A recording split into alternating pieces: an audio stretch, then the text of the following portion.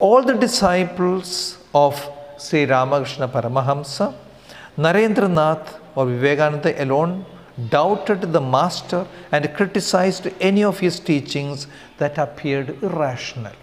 So we have seen already as a boy, and from the boyhood onwards, he had that critical bent of mind. He wouldn't accept anything because somebody has said it. He was always looking for reason to believe.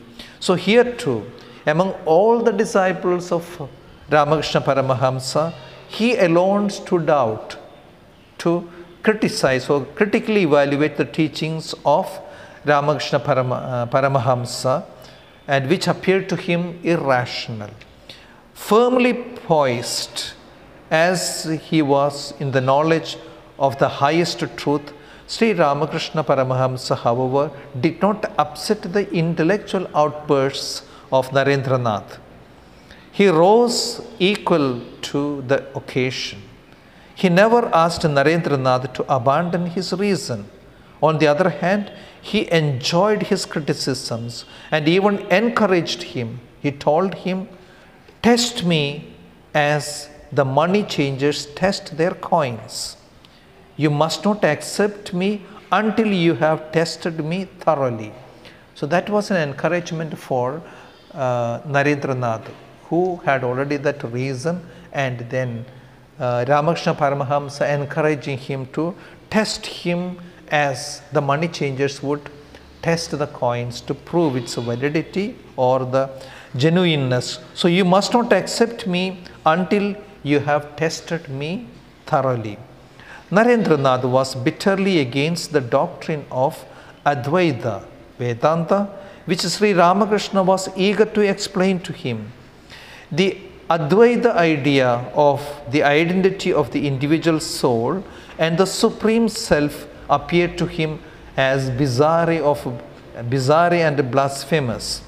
Sri Ramakrishna tried his best to bring home to the disciple the truth of Advaita by reason and argument, but without success. One day, after a trying discussion, he found Narendranath speaking about the doctrine disparagingly to a friend and in light way. Sri Ramakrishna, in a semi-conscious mood, approached him and just touched him, and immediately a wonderful change came over Narendranath. He was filled with the consciousness that everything around him was God. The impression persisted even when he reached home. At the end of the day, he did not relish his food.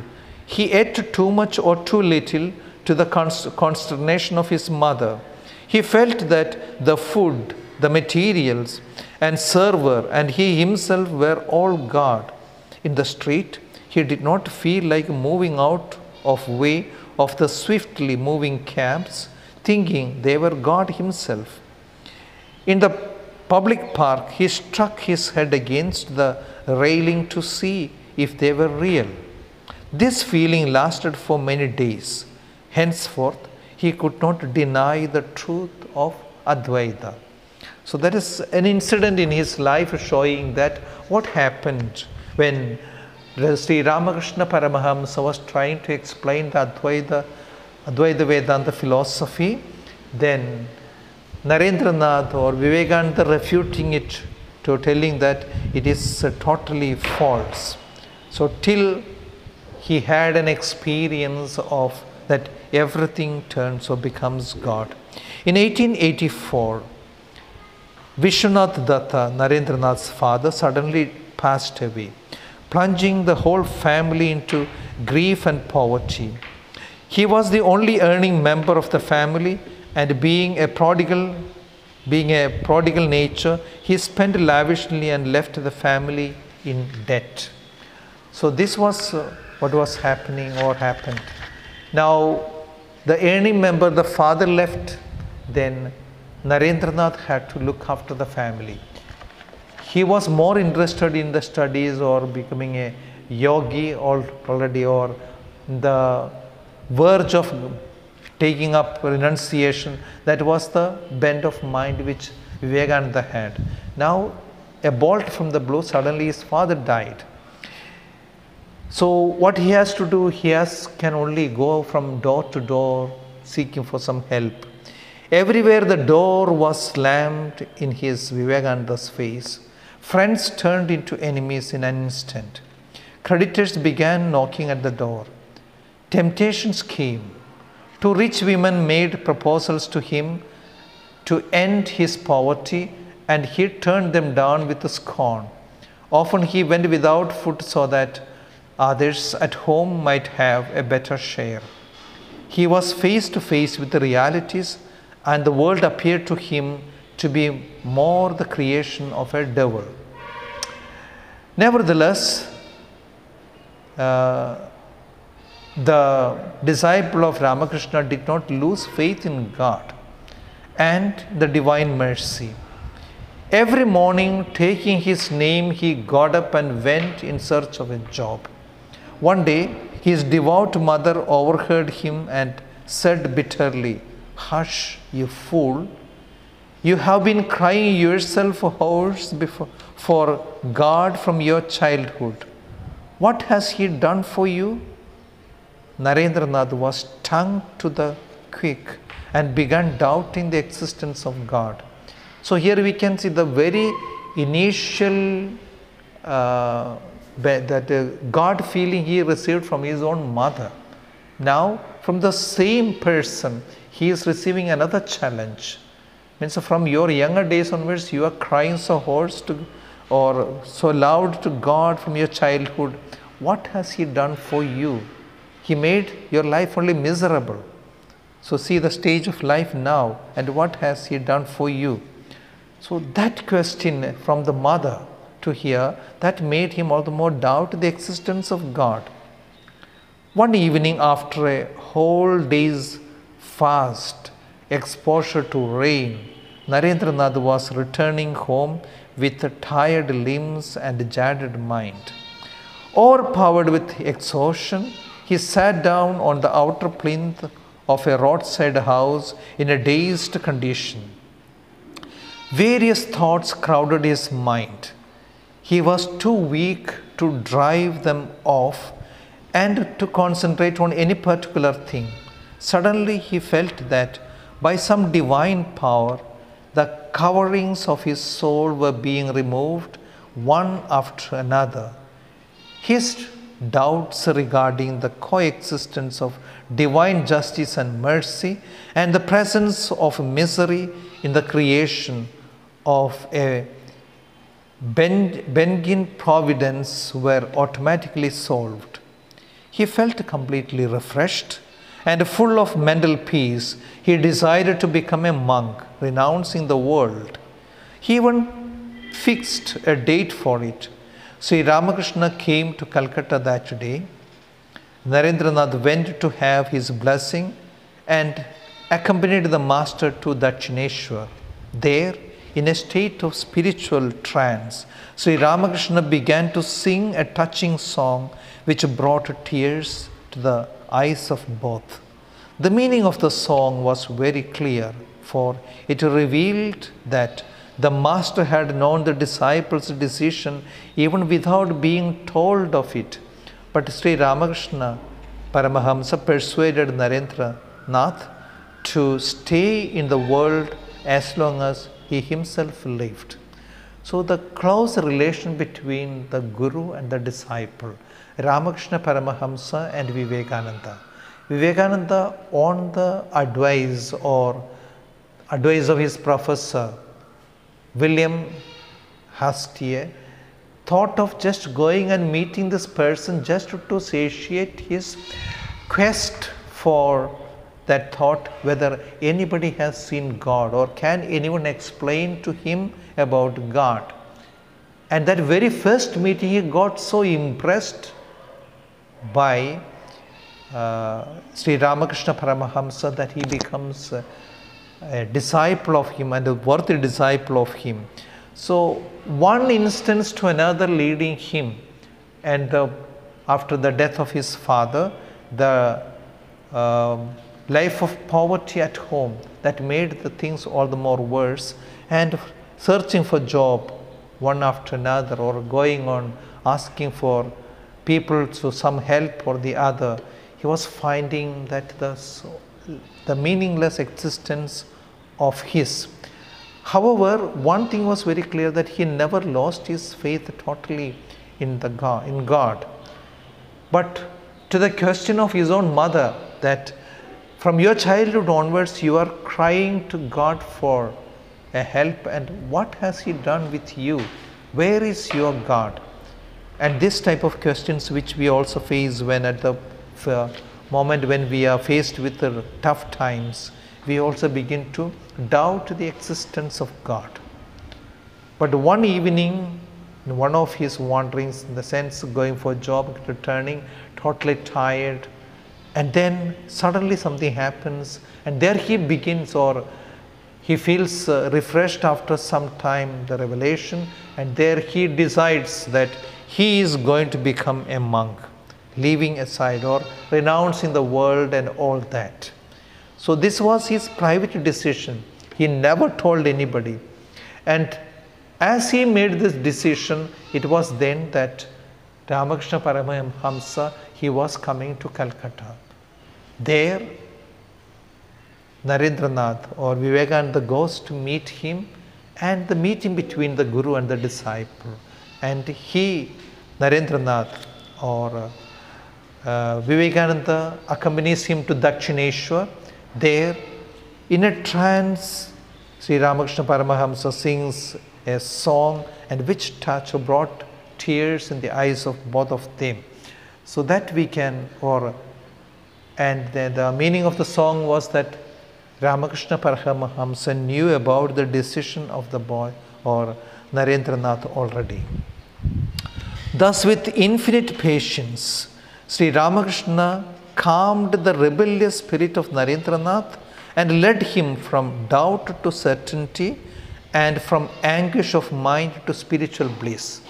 So it was a hard time for Ramakrishna Paramahamsa to really guide, lead, encourage this rebellious spirit of Narendranath or Vivekananda, and led him from doubt to certainty and from anguish of mind to spiritual bliss. More than Sri Ramakrishna's spiritual guidance and support, it was his love for him that bound Narendranath to him forever. Narendranath too, in turn, reciprocated in full measure the love and trust of the Master. An incident which had some bearing on the future work of Narendranath may be mentioned here. Once, Sri Ramakrishna Paramahamsa was expatiating on the triple precept of the Vaishnavas, namely, relish for the name of God, compassion for all creatures, and service to the Lord's devotees. When he came to compassion for all creatures, he said in a semi-conscious state, as if speaking to himself, "Thou fool, an insignificant worm crawling on earth, who art thou to show compassion? No, it is not compassion for others, but a service to man. See in him the veritable manifestation of God." Narendranath, who was nearby, drew from these simple words, which went unnoticed by others present there, a world of meaning, and vowed to proclaim to the whole world the grand truth which he had discovered in them. It was that he conceived his philosophy of practical Vedanta. So some revelation that is coming to him, or an incident. In the middle of 1885, Sri Ramakrishna developed cancer in the throat. For better treatment, he was taken to a rented garden house in Kosipur, a northern suburb of Calcutta. The young disciples, under the leadership of Narendranath, took charge of nursing the Master. At Kosipur also, as earlier at Dakshineshwar, Sri Ramakrishna impressed on the other disciples the high plane of spirituality to which Narendranath belonged and the mission he was born to fulfill. He often talked with Narendranath privately about the orders of monks he was to organize and the brother disciple as the nucleus. Narendranath was thus chosen and trained as the future leader of a spiritual regeneration. Having finished his immediate task, being assured as of a glorious future for a new movement, Sri Ramakrishna passed away on 16th August 1886. So that was the meeting between the master and the disciple. Now the master goes from this world with the full conviction that he has entrusted the work of the further mission into better hands of Vivekananda. After the death of the master, one of the lay disciples of Sri Ramakrishna offered to contribute towards the maintenance of the monastery where the young disciples of the master could stay and continue their spiritual devotional exercises and where the householder disciples might now and then go for peace and solace. Accordingly, an old dilapidated house was rendered at Barangore, and two of the monastic disciples went to live there. Narendranath, who was busy conducting a lawsuit pending at the court, used to spend a night at the monastery. He exhorted the others to join the brotherhood. Lest this devotion should become dammed up within the narrow limits of a creed or cult, the leader forced them to study the thought of the world outside. He himself instructed them in the Western and Eastern philosophy, comparative religion, theology, history, sociology, literature, art, and science. He read out to them the great books of human thought, explained to them the evolution of the universal mind, discussed with them the problems of religion and philosophy, and led them indefeatably towards the wide horizons of the boundless truth which surpassed all limits of schools and races and embraced the unified, all particular truths. In the light of the teachings of Sri Ramakrishna, he reconciled the apparent contradictions between various systems. So once the master passed away, then the responsibility fell on Narendranath or Vivekananda to lead and guide the monks, the fellow monks. So he was the leader, and he was an able leader in the sense that he knew practically a lot of subjects and a master over it, and he had such an intellectual ability to grasp things just in one reading, and he had the ability to also to narrate, to explain on any difficult propositions or the toughest philosophy. Therefore, he knew that if the monks were to be shut up within the four walls of that monastery, then that would die with their life. So there is no progress was going to be. Therefore, he wanted them to learn the thoughts of the world outside.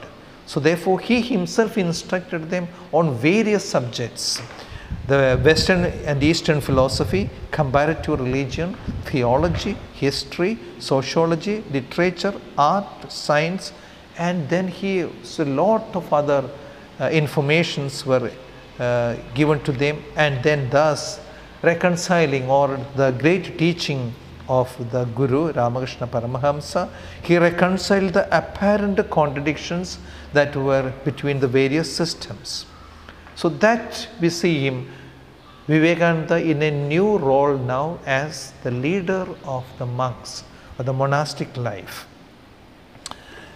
Now, further, what happens to Vivekananda? What is his life? Between the closing of 1888, when Narendranath first left on his temporary excursions, and the year 1891, when he parted himself his brethren alone and as an unknown beggar to be swallowed up in the immensity of India, there came over to him a remarkable change in his outlook. When he first left in 1888, it was mainly to fulfill the natural desire of an Indian monk for a life of solitude. But when he left the monastery in 1891, it was to fulfill a great destiny. By then he had realized that his was not to be the life of an ordinary recluse struggling for personal salvation. Many times he had tried it. He had entered the deepest of the Himalayan forests to lose himself in the silent meditation of the Absolute. Every time he had failed, something or other brought him back to the depths, from the depths of the meditation to the midst of the suffering masses, beset with the 1,001 miseries, the sickness of a brother monk, or the death of a devotee, or the poverty at a Barangor monastery, was enough to disturb him. More than all, the fever of the age, the misery of the time, and the mute appeal issuing from the millions oppressed and the downtrodden Indian pained his heart. So he had the intention of a wandering monk, away from all that is in a monastic life. He wanted to live. At first, in 1888, it was a natural desire of a monk, that is to embark a change in him and to be a recluse. That was in 1888. When he left in 1888, it was mainly to fulfill natural desire of an Indian monk for a life of solitude. So when you are in the monastery, that is already the community life is there. Whereas as a recluse, a single wandering person, it's quite different. That was his idea in 1888. But in 1891, it was quite different. It was to fulfill a great destiny. So something beyond the four walls of a monastery. So he knew that he was not destined for that. By then he had realized that he was not to be, or his life was not to be in the life of an ordinary recluse struggling for personal salvation. So his call was something much more higher. Many times he had tried it. He had entered the deepest of the Himalayan forest to lose himself in silent meditation of the Absolute. So every time he had tried, he failed. One thing or the other kept him, bringing him back from that solitude into the midst of the real poverty or the real problems which people facing. He lived in anguish during that period, in a seething cauldron, as it were, and carried within himself a soul on fire, whose embers took years to cool down. As he moved from place to place in the north and later in the south, studying closely the life of the people in all strata of society, he was deeply moved. He wept to see the stagnant life of the Indian masses crushed down by ignorance and poverty, and the spell of the materialistic ideas among the educated who blindly imitated the glamour of the West, but who never felt that they were the causes of India's degeneration and downfall. Spirituality was at low discount in the very land of its birth. The picture of ancient India, once the envy of the world, came before his eyes vividly in all its grandeur and glory. The contrast was unbearable. Things should not be allowed to drift in this way. He visualized that India must become dynamic in all spheres of human activity and effect the spiritual quest in the world. And he felt that he was an instrument chosen by the Lord to do it.